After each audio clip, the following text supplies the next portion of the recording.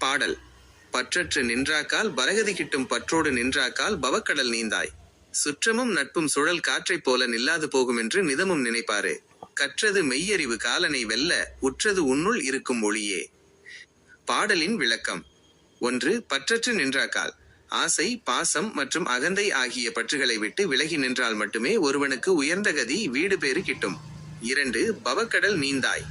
உலகப் பொருட்களின் மீதும் உறவுகளின் மீதும் அளவுக்கு மீறிய பற்று வைத்தால் இந்த பிறவி பெருங்கடலை பவம் கடக்க முடியாமல் மீண்டும் மீண்டும் பிறப்பு இறப்புச் சுழற்சியிலேயே சிக்கித் தவிக்க நேரிடும்.